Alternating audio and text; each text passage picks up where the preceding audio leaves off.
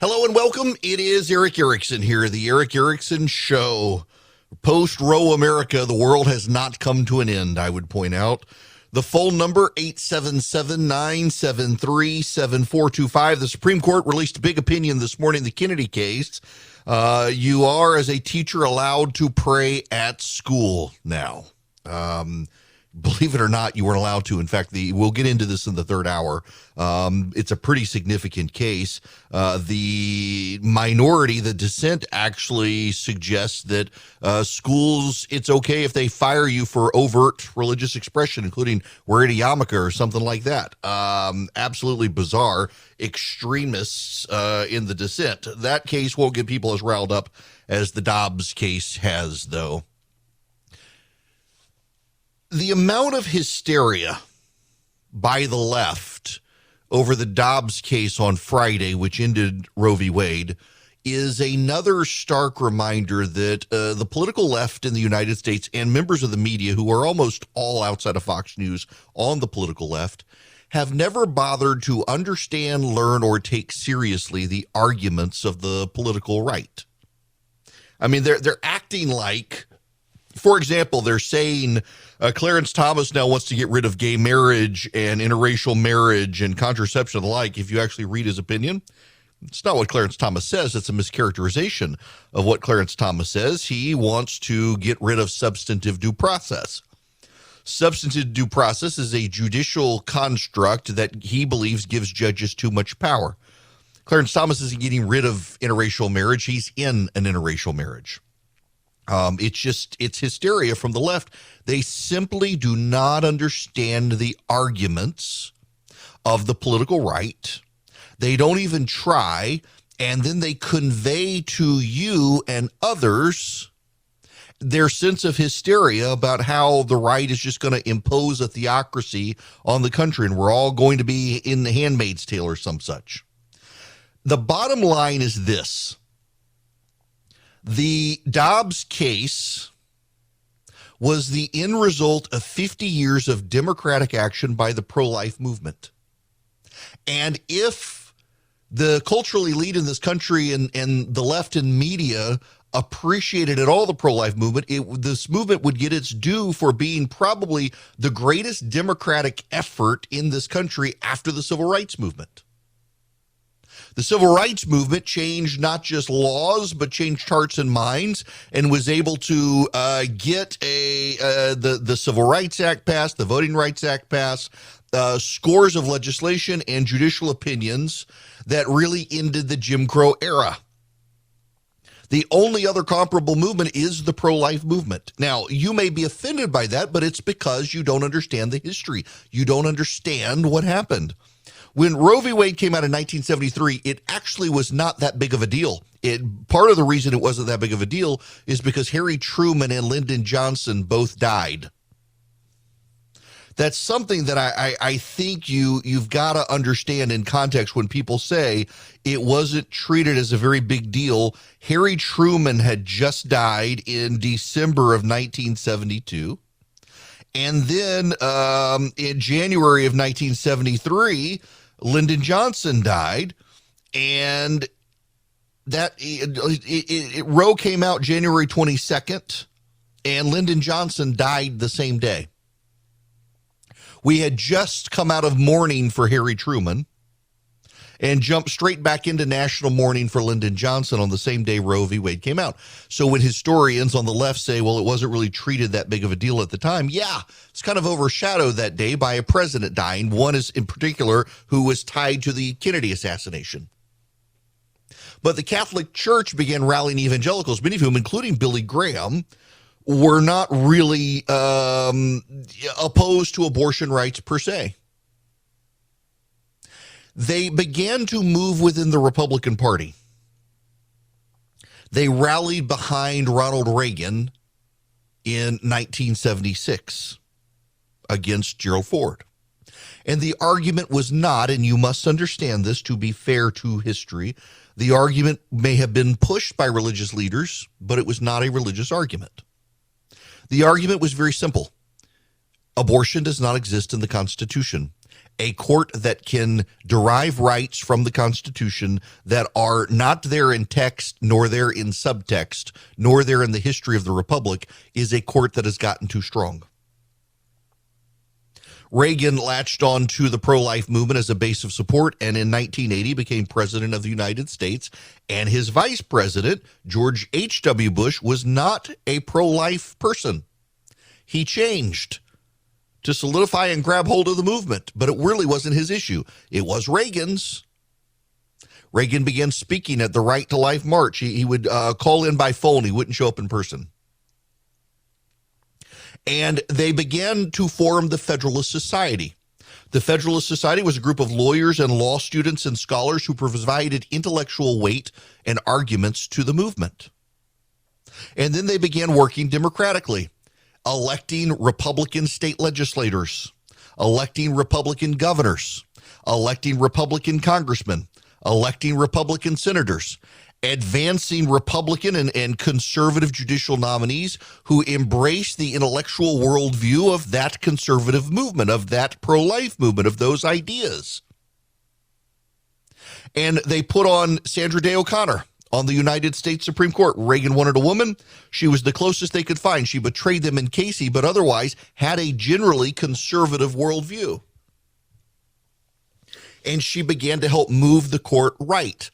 William Rehnquist became the Chief Justice of the Supreme Court and began to provide the intellectual fuel to the fire of the conservative movement led by the Federalist Society. And other judges began to rise through the ranks. Antonin Scalia got appointed to the Supreme Court. It was with Robert Bork that the left realized what was going on. It took them a little while to catch up. And they destroyed Robert Bork, viciously mischaracterized him, and Anthony Kennedy got on the court.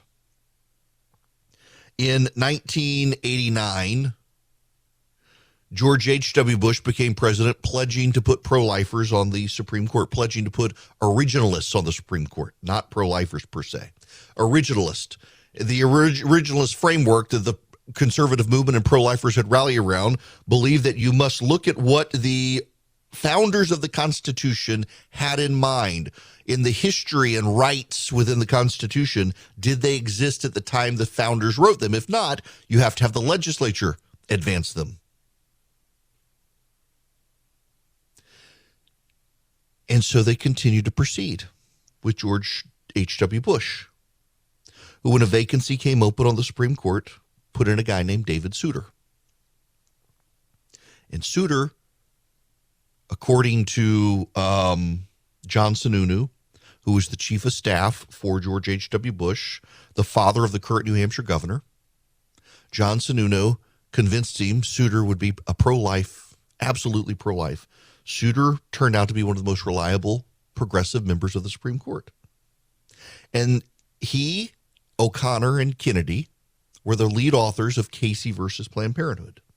Casey versus Planned Parenthood affirmed Roe v. Wade, but sought to put it on sound legal basis. Even people like Ruth Bader Ginsburg recognized that Roe v. Wade was deeply flawed in its logic. And so O'Connor, Souter, and Kennedy came up with a point of viability. Basically said before that it doesn't matter anyway, can't survive outside the womb. And so after that, you can begin regulation. It had a galvanizing effect on the pro-life movement. The pro-life position became to work even harder and do better at vetting judges and not rely on the testimony of people like John Sununu. It forced the conservative movement, the pro-life movement together to work harder to advance governors and to be involved in the staff picks. It allowed people like my friend Morton Blackwell of the Leadership Institute to come up with the phrase, people is policy. You can't surround the president with people who are pro-abortion because they may lead him to David Souter's by saying that they're pro-life when they're not. And so the conservative movement, led by pro-lifers, embedded even further within the Republican Party and within Republican administrations. And then you got to George W. Bush and you got John Roberts. John Roberts' wife was on the board of Feminists for Life. He himself had within the Justice Department and as a lawyer made very clear his opposition to Roe v. Wade in his writings.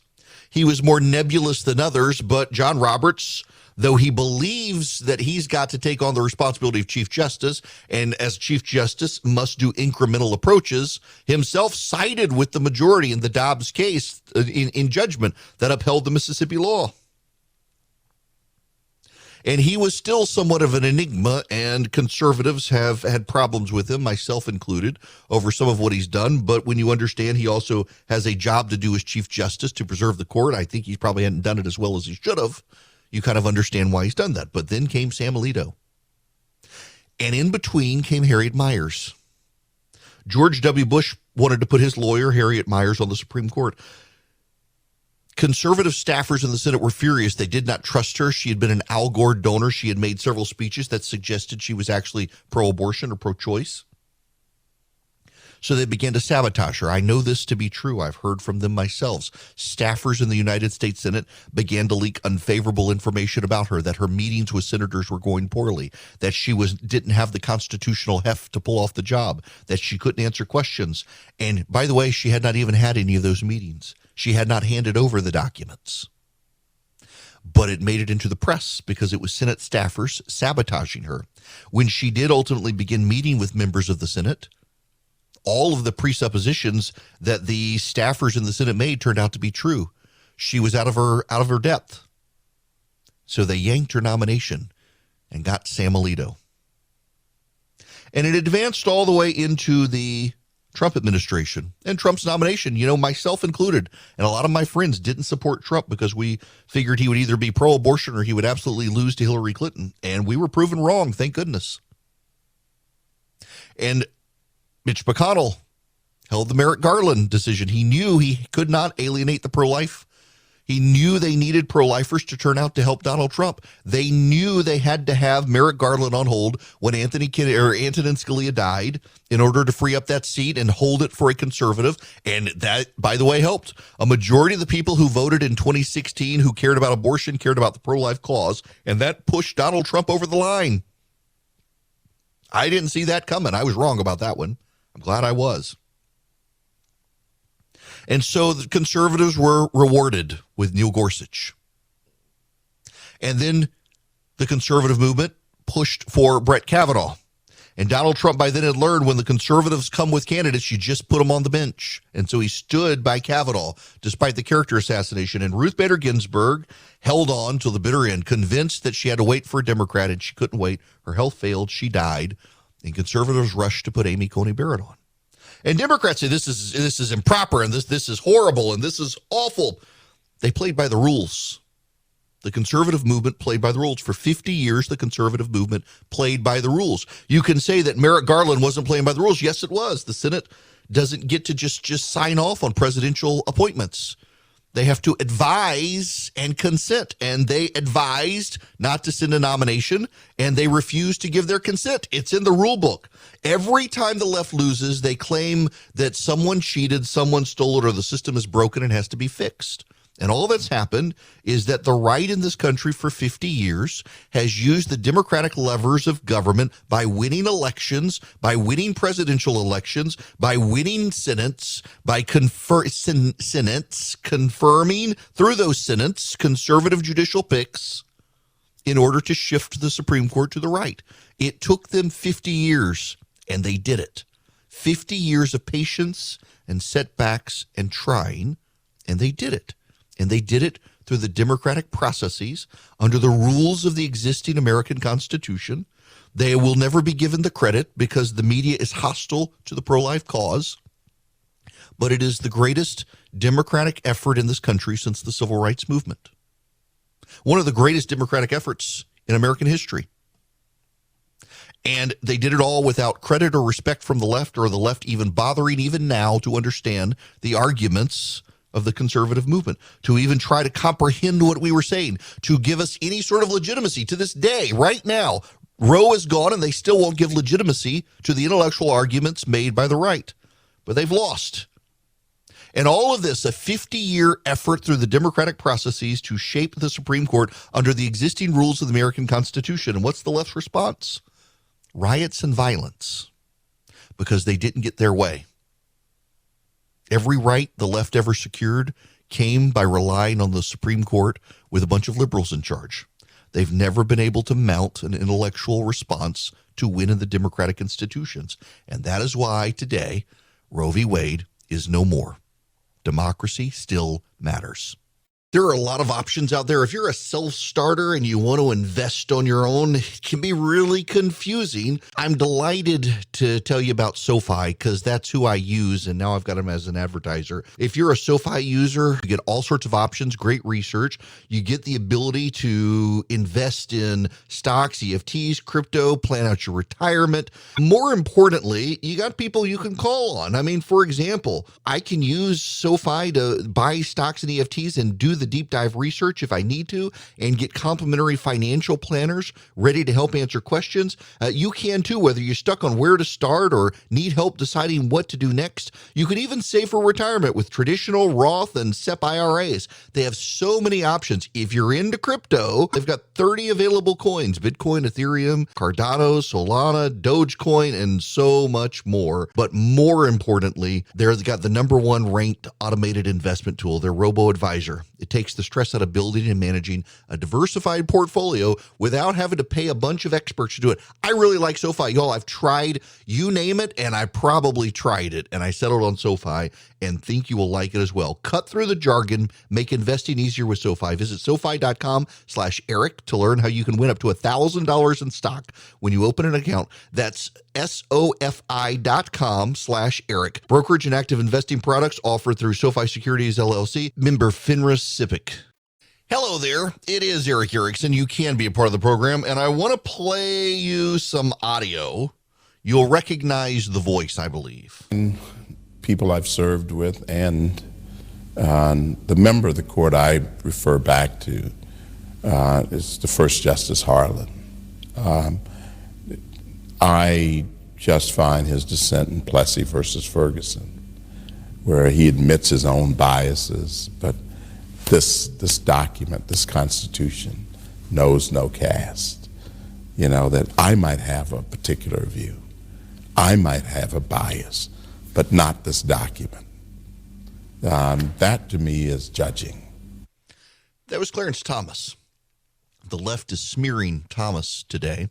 Over the weekend, led by Samuel L. Jackson, racial slurs began to be thrown and hurled at Clarence Thomas. Lots of N-words, Uncle Toms, Uncle Clarences, and the like.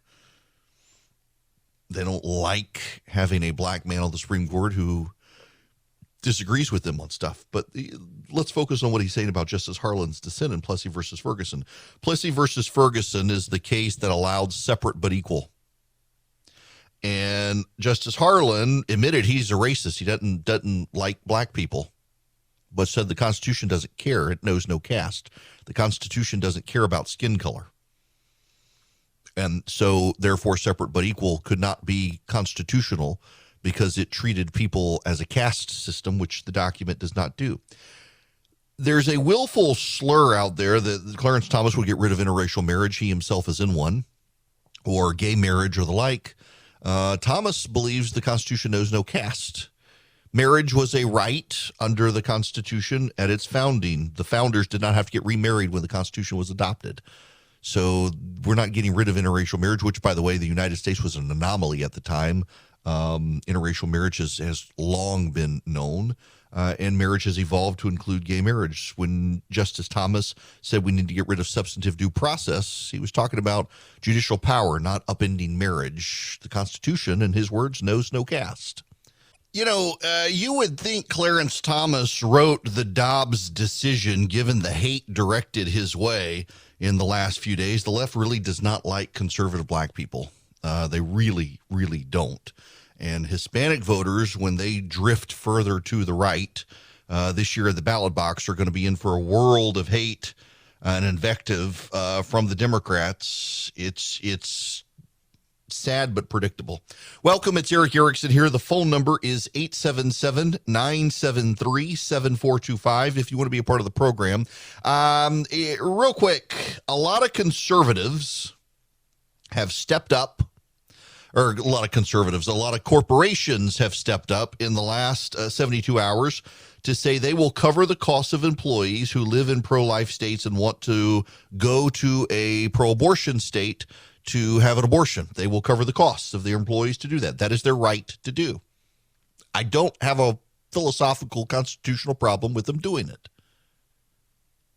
Google is saying that it will relocate employees from pro-life states to pro-abortion states if employees want to move. I hope a lot of their liberal employees in Atlanta leave and make Georgia a more conservative state. That would be great. But that's their right to do it. Let them do it. Federalism. I believe in federalism. What I find notable, though, is that very few people are pointing out, of course, corporations are willing to cover the costs of a female employee to travel to have an abortion because it's far cheaper for them to do that than to give women reasonable family paid time off. I mean, which would you prefer if you were a corporation? There is a correlation there. Now, one of the things you are all hearing, and some of you believe, I've gotten panicked messages in Instagram and Twitter and email and the like from people. Oh my gosh, the Supreme Court, what were you thinking? This is going to help the Democrats in November. First of all, what is the use of power if you're not going to use it for good? I mean, I'm not persuaded by the argument the Supreme Court should not have done the right thing because it might mobilize Democrats. I'm really not. I mean, this has been a 50-year undertaking. Had they not done it, you would probably see the destruction of the Republican Party altogether. I mean, if you did not, it's hard to think what the Republican Party would be like if these justices did not do it in this case. The level of, despondency you would see would rival what the left is going through right now. After 50 years of hard work to see it go down the drain like this, a lot of people would give up. So they had to do it. It was the right thing to do. It was the right judges to do it, and they did it. But now you're hearing a lot of people on the left say, well, we'll ride this all the way to November. In fact, there are a number of press reports out there, including this one from Axios, headline, Democrats bet on Roe's ballot power. Democrats are grabbing the Roe reversal as a lifeline ahead of November's midterms. Republicans want to keep talking about inflation. This is an unusual case where the losing side wants to talk all about it. The winning side wants to spotlight elsewhere. Axios got a first look at websites for Democrats' House and Senate campaign arms launched Monday, less than 72 hours after the ruling, blasting Republican candidates on abortion. A CBS YouGov poll finds 50% of Democrats are more likely to vote based on the Roe ruling, while only 20% of Republicans said the same. In an NPR Marist poll, 78% of Democrats said the court's decision makes them more likely to vote this fall, 24 points higher than Republicans. The problem here for that is that the GOP turnout is already through the roof. You're not going to get much higher when you're already at 100%. But this should be tempered with this headline also from Axios. GOP gained more than 1 million voters. More than 1 million voters in 43 states switched to the Republican Party in the last year, while 630,000 became Democrats. It may be a new sign of a red wave brewing. The party switches were most significant in the suburbs, where well-educated swing voters who didn't support Trump in 2020 appear to be returning to the GOP. But the party switches were evident across the board in red state and blue state cities and towns and suburban areas. Of the nearly 1.7 million voters who changed parties in states with available data, some 2/3 went to the Republican Party. One outlier was Virginia, where Democrats saw an uptick in registered voters. Yes, but Democrats experienced wide-scale defeat there during last fall's statewide elections, even as the Democrats bet on Roe. But I want to spend a moment with Roy Texera, Democratic prognosticator, who has believed in the emerging Democratic majority. And I'm just going to read you some of what he wrote. And you need to pay attention to this one. This is very important. And again, he's one of the most respected pollsters, analysts in the Democratic Party writing this. Turnout myths die hard.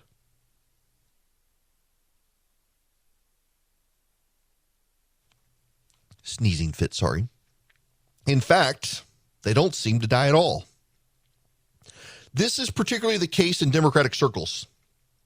You don't have to talk to a typical Democrat for any length of time before they evince their touching faith in the wonder-working powers of high voter turnout. Interrogate them a little further, and it turns out what they really mean is that the stark choices presented to the electorate by Democrats' progressive policies and Republicans' reactionary ones will, if presented forcefully enough, produce massive turnout by Democratic-leaning constituencies, non-whites, young voters, etc., that will neutralize Republican advantages. We can see the latest example of this in how many Democrats are approaching the 2022 elections. The giant hole the Democrats are now in is hard to deny. Biden's approval rating, a key indicator of midterm outcomes, is now below 40% in the 538 rolling average and below where Trump's was at this point in 2018. Republicans are comfortably ahead on the generic congressional ballot, which typically underestimates Republican chances and augurs a big election for them. Gallup just released a comprehensive historic review of midterm indicators, presidential and congressional approval, satisfaction with direction of the country, views on economic conditions, all show Democrats' current situation to be exceptionally grim. Democrats' approach to digging out of this hole relies heavily on turnout. Either implicitly or explicitly, Democrats think of issues like abortion, guns, MAGA Republicans, and of course January 6th, mostly as ways of motivating their base to turn out at higher levels in the current dismal political environment. Robert Kuttner, in an article, Democracy Summary of the American Prospect, states, quote, "The survival of Democrats in 2022 will depend heavily on turnout. Though Donald Trump will not be on the ballot, he will be our not-so-secret weapon. America today has few swing voters, but dozens of swing districts where turnout will determine the winner." There are a number of reasons why this turnout fix is unlikely to work and is borderline delusional. One, start with this. When Democrats persuade a voter to switch sides, that nets 2 votes for the Democrat, 1 less for the Republican, 1 more for the Democrat. When Democrats turn out 1 more vote for Democrats, it's a net of only 1 for them. But it's really worse than that. Typically, Democrats think of increased base turnout in terms of turning out more voters from various pro-Democratic demographic groups. But not all the voters in those groups favor the Democrats. So you mobilize more voters from a given group, you might be adding to the Republicans. Then there's the empirical record. Evidence for turnout patterns driving Democratic electoral fate is extremely thin and conclusively demonstrated in the turnout myth by political scientist Darren Shaw. Recent elections bear this out.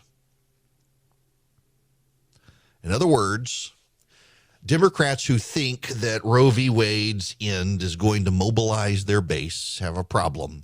And that is, you might not be mobilizing your base, you might be mobilizing other people, but also there aren't enough of you. The teachable moment should be about reacquainting the Democratic Party with the actually existing demographics and politics of the country they live in. Given patterns of educational and geographic polarization, they are now at a crippling disadvantage in what remains an overwhelmingly working class and non-urban country. And there's an extra point that must be added here. The working class is more pro-life than the college-educated. This is, again, going back to what I said at the beginning of the show, one of the most remarkable things about the pro-life movement is it was able to get this change working through the democratic institutions of the country with a cause that is not popular with college-educated white secular people, the dominant people in leadership in this country of both parties and the media. But it's very popular with the working class. And the Democrats can't mobilize those highly educated white people more than they already are. They're already mobilized to turn out. So let's go back to the Axios numbers for the Democrats based on what their polling shows. A CBS poll found 50% of Democrats more likely to vote based on Roe than 20% of Republicans. NPR poll shows 78% of Democrats said the court's decision makes them more likely to vote in the fall, 24 points higher than the Republicans. But you know what else the polling shows? For swing voters, the economy and immigration still rank higher than abortion. The economy and immigration. Winning the decision was not going to inspire more Republicans to turn out. Certainly losing it will inspire the Democrats to turn out. The problem for the Democrats is that the Republicans will stick with abortion, and most voters won't be impacted by it. And the Republicans will stick with the economy, and most voters will be impacted by that. And then there's one more problem. This again, Roy Texiera pointing out the Ryan Grimm story that I talked to you guys the other day about from The Intercept. Progressive organizations, which form a vital part of the Democrats' supportive ecosystem, have become massively dysfunctional due to internal meltdowns, mission creep, and maximalist goal setting. For those close to this world, this has been apparent for some time, though there's been reluctance to call it out for fear of helping the right. You've got internal dysfunction. You've got mission creep. I mean, let's take NARAL, the abortion group. If your feminism doesn't include trans women and girls, it's not feminism. If your feminism doesn't understand how anti-trans policies disproportionately impact BIPOC folks, particularly black trans women and girls, it's not feminism. What does this have to do with abortion? Or the Sierra Club, calling for environmental health of all communities, especially those communities that continue to endure deep trauma resulting from a legacy of colonialism, genocide, land theft, enslavement, racial terror, racial capitalism, structural discrimination, and exclusion. What the hell does that have to do with the environment? You got all of these things playing against the Democratic Party right now, and they say turnout. It's going to be about turnout. Yes, you're going to turn out. But 1 million more people registered Republican than Democrat across 43 states in the last year. And swing voters care deeply, more passionately about gas prices and inflation and immigration than they do about abortion. And there's a big surge coming at the border. And as the media goes into overdrive, focusing on abortion for the next 4 months and misses all of these other things, more and more people will tune out the media. Yes, there will be districts. Republicans for a while had thought they could even pick up some D+10 seats, places where Joe Biden beat Trump by 10 points or more. They thought maybe we can get those seats. They're probably off the table. But it does not matter. They do not need them to win. They only need 5 seats in the House of Representatives. They only need 1 seat in the U.S. Senate. That's all they need. And they're probably going to get those. And the Democrats, well, they may have historic, massive record turnout in Democratic areas, but they were already Democratic areas where the Republicans aren't competitive. I mean, you turn out 10 times the number of Democrats this year than last year in Nancy Pelosi's district. What have you done? Really, nothing. Nothing. You've just shown Democratic areas have Democratic voters. But in the swing districts, well, it's going to matter greatly that the Democrats focused on abortion and not all the issues that affect people on a daily basis. Now, one of the issues that affects you on a daily basis, probably, or at least regularly, is probably the air in your house, the dust, the pollen, the mold, the odors. What if you could buy a product? You can hold it in your hand, plug it into the wall, and it'll eliminate the odors and capture the dust, the mold, the pollen, the bacteria. Well, that's the Eden Pure Thunderstorm. And right now you can get 3 of them. And you can get them for less than $200. 3 of them for less than $200. You go to EdenPureDeals.com and you put in my discount code ERIC3, ERICK3, and you will get 3 Eden Pure Thunderstorms for less than $200. Normally, each of them is over $100. So you're saving $200, you're getting them for less than $200, and you're getting free shipping. They eliminate odors. They don't mask odors. I had to use one this weekend in my car. I went over, watched the Stanley Cup game on Friday night at a friend's house, and, well, my clothes smelled too cigar-y in my car, apparently, and I woke up on Saturday morning after doing Fox, and my goodness, I had to go run the Eden Pure in my car, and it worked. Got rid of the odors. You can get it in 2. You can get 3 of them for less than $200. One for upstairs, one for downstairs, one for your suitcase to keep when you travel or your basement, wherever. Go to EdenPureDeals.com, put in my discount code ERIC3, ERICK3. This other program brought to you by First Liberty Building and Loan. Wherever you are nationwide, they can help your business grow. If you need access to loans, I'm talking big deals, $750,000 or more, reach out to my friends at First Liberty Building and Loan. See if they can help you. Tell them I sent you. Go to firstlibertyga.com. Firstlibertyga.com is their website. You can get their phone number, their contact information, all of that from there, and see if they can help you. Now, I gotta just real quick before I get off this. There's so much other stuff out there that I've got to talk about today. The hysteria from the media. The media in this is the most biased in favor of abortion. And given what we've learned about the media, it's not hard to understand why. When you consider the sexual harassment and sexual sordidness at NBC, the so-called rape doors and stuff that different men had, you can understand why so many reporters are pro-abortion. It wouldn't surprise me to find a disproportionate number of abortions within the news industry in this country. The number of men, I mean, look at Jeffrey Toobin at CNN, their legal analyst, who insisted that when he got his colleague's daughter pregnant, he would only pay for an abortion, not child support. Look at NBC and Matt Lauer's ongoing liaisons in his room with a little button that locked the door. Look at the women who were subjected to it. You can kind of understand why members of the press are so in favor of abortion rights. There are probably a large number of women who think their career depended on letting these men be the way they were, and thought that at least Roe v. Wade is there for. It's just, it is mind-numbing to me, bogglingly so, just how pro-abortion members of the media are. It skews the way they cover it. It skews the way they think about it.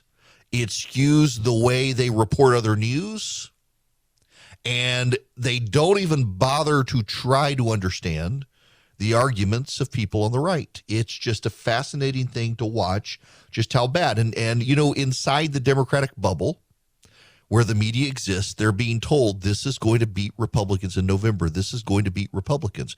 And I'm sure they've all internalized it. I'm sure they all believe it. The problem is the data's not there. What the data shows is that while this has fired up people who are already going to go vote Democrat and may get some of them to go turn out when they wouldn't otherwise, the reality is that swing voters still care passionately about the economy and crime and inflation and immigration way more than they do abortion rights. And that's not going to change because very few people are impacted by abortion. Very many people are impacted by gas prices and inflation.